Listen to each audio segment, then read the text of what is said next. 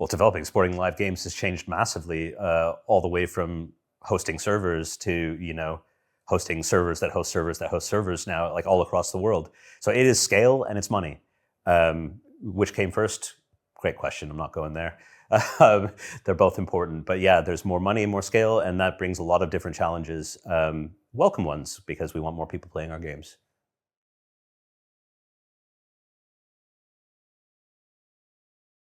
So community engagement and commercial growth, like those, like that is the biggest challenge in my view, period. So balancing those two, because you have forces one way and the other always. The biggest challenge is, for one, the expectations you set with your business partners and your players. When you start, if you need to change that for whatever reason, that's very dangerous territory for obvious reasons with stakeholders, but just as real with players. Because you've made them a promise when you started your game and how you're going to serve them.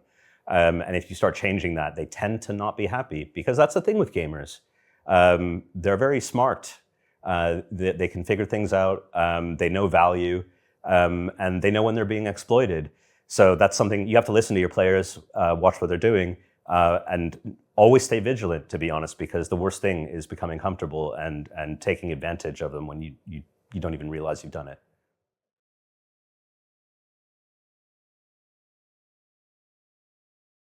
Building and launching a live service game, building it and like they're very different things, because you have to do a lot of planning up front. A lot of thought has to go behind how you're going to support your game.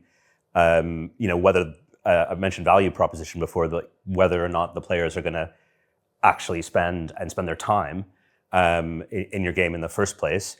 Then having all the support to do it. So you've got to kind of start with that in mind, and then be able to deliver all that. When it comes to actually launching, is the amount of testing you need to do in fake environments. Obviously, mobile games have soft launches. It's harder to do on other platforms. So you often have to do some closed testing.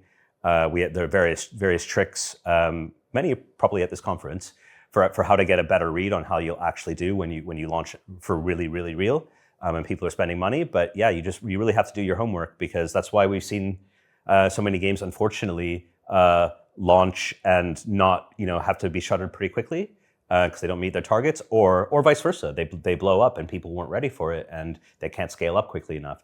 It's a really, really difficult challenge.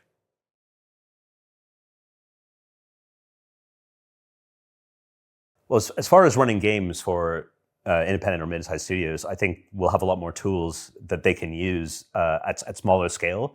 A lot of the best stuff has been developed to work for massive, massive, massive games, which some of these aren't meant to be, and that's okay. So that will make things more flexible. But also, I expect them to help redefine the value proposition for players.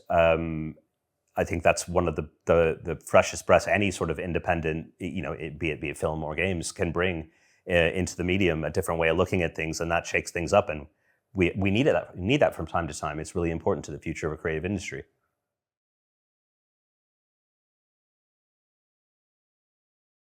What am I looking forward to? Well, that's pretty simple. It's the people that are going there. Just even from the speakers, obviously I don't know who's attending yet, but given the nature of the event, the sort of closed nature, people who really know their stuff. Yeah, very, very much looking forward to that. People who've done it at huge scale, different parts of the world, different systems. Yeah, I expect it to be super interesting.